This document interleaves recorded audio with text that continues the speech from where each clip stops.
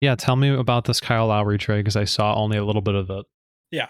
Okay. So essentially, basically, I'm pretty sure it just came out today, at least from what I saw, because I think I got the notification earlier today that basically Kyle Lowry is serious. There's serious trade talks around Kyle Lowry being moved.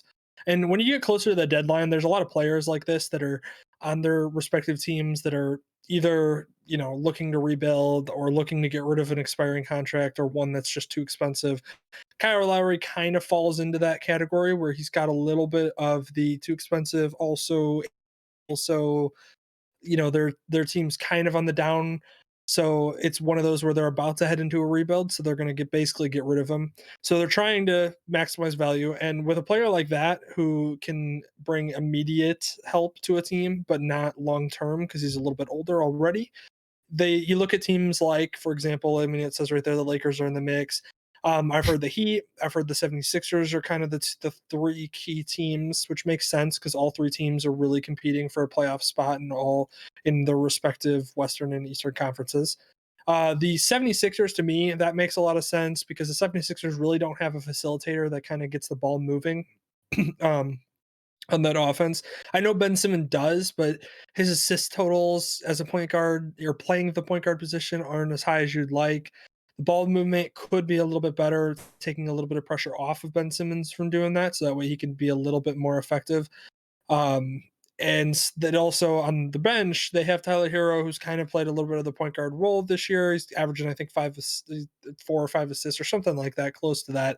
So he's been a pretty good facilitator off the bench, but they really just need a key, piece that can start the games for them. So Kyle Lowry makes a lot of sense there. I think he does make a lot of sense with the Lakers because I think he immediately steps in and starts. Dennis Schroeder played really well off the bench as a sixth man last year for the Thunder, so I really think that he could basically file back into that role. So I would say that you would have Kyle Lowry start, and then you'd have Schroeder back him up. But that's just me. I mean, that it's the rich getting richer at that point. I mean, do they really need him? But the Lakers haven't seemed to be as good as they thought they were going to be this year. So there's a lot more competition. I mean, when playoff time comes around, the Lakers are going to be there. That's the way it's going to go because LeBron's going to be there in the end. That's just how it is. But I Mhm. do think that Kyle Lowry would help them a lot because it would offer them a little bit of shooting, facilitation that they kind of need, Do they and have the kind of take the assets pressure. anymore? That's my concern. Like, how do they still have firepower to also get a third Yeah, star?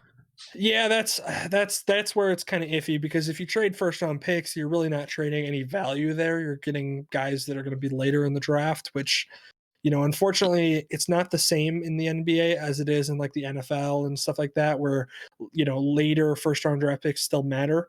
In the NBA, later first round draft picks, you start bordering into the more role players that you're going to get. So it's one of the you could find a gem. Don't get me wrong. There's plenty of players that have come later in the draft that have been gems. But generally, if you're not in the lottery, which is basically the top 14 picks, it's really hard to find a player that's going to be of immediate impact as well as have the potential to become a player of impact as a starter in this league. So it's one of those where ultimately at the end of the day, I don't really know what the Lakers could give. I don't know if they're talking because I can't even think of like what players they would offer because a lot of their players are pretty essential. If they're getting a point guard, maybe they feel fine with getting rid of. I mean, they keep Dennis Schroeder, I think, so they would get rid of maybe. I can't remember his name, the guy with the headband, but they might get rid of him. But then, what Oh, do you pair him with? Is it him and picks? The Lakers is an interesting one because it's really, yeah. I mean, the best trade offer the must click on that article. Actually, the best trade offer the Lakers must make for the Raptors star because I'm curious to see what they would even really offer to be like competitive along with the Sixers and the Heat because the Heat and the Sixers at least have like a lot of depth players as well, young players, as well as their picks are probably, I guess, would be more valuable because, well, I mean, they could probably offer more picks than the Lakers, I would assume, because yeah. the Lakers gave a lot up for the Anthony Davis trade, so Oh yeah, my I would God, where's be the trade? curious to see. Okay, so here we go. All of the shorter Montrose Harrell. Yeah, but that kind of like guts their bench.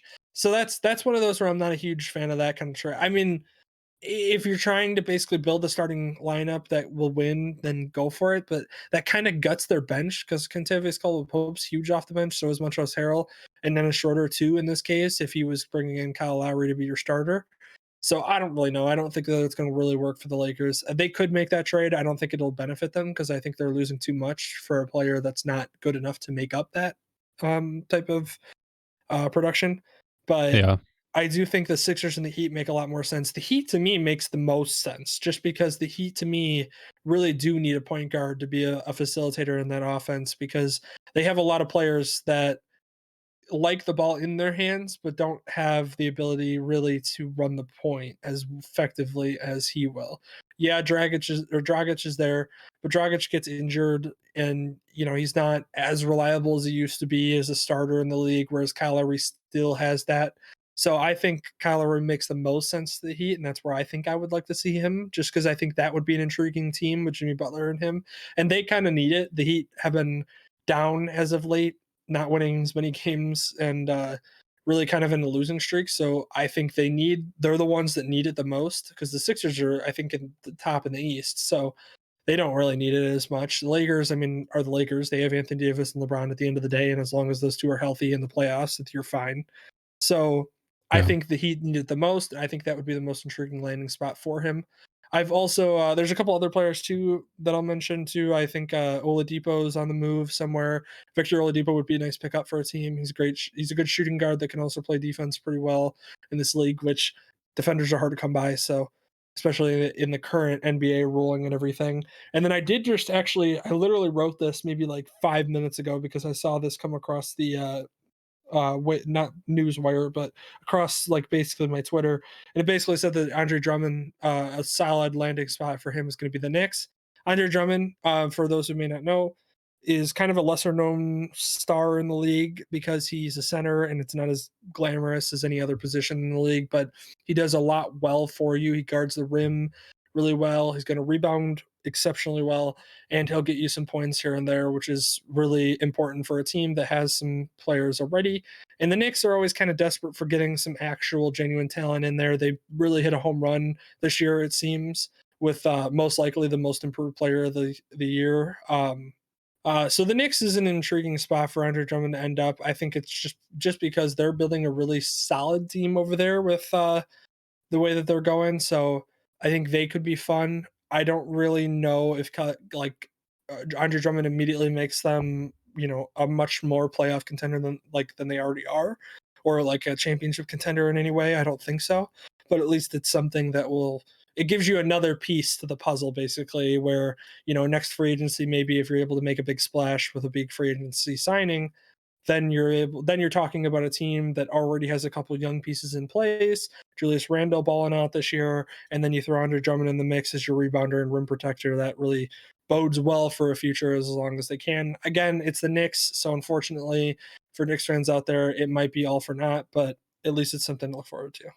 Is there anybody else So, who's moving that's anything big and juicy? I checked the there's NBA players that subreddit.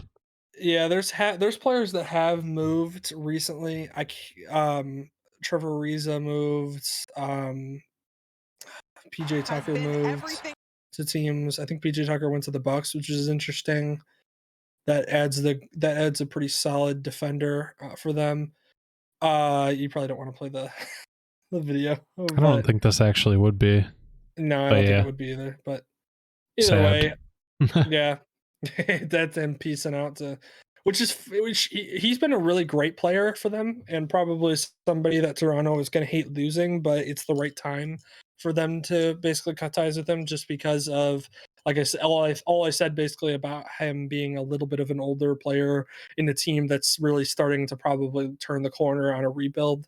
So it makes sense to lose him. It sucks for them because he's been there for quite a while. Won a championship with Kawhi 2 years ago, but at the end of the day, at some point, sometimes it's better for the player and the organization to move on, and in this case, that kind of works out that way.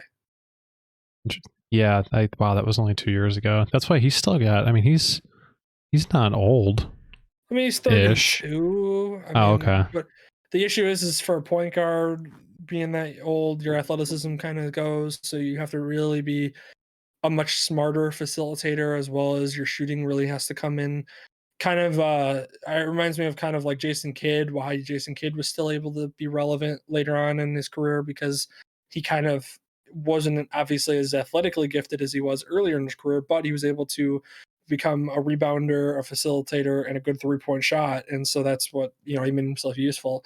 And so that's really what Kyle Lowry's got to do. But right now, Kyle Lowry will immediately help a team. So I think going to the Heat is probably the best case for him, or best situation and best fit, in my opinion. And how long is it basically supposed to be that the Lakers are going to be was it they have 9 seeds for the playoffs? Eight, They're expecting them to 8. low seed.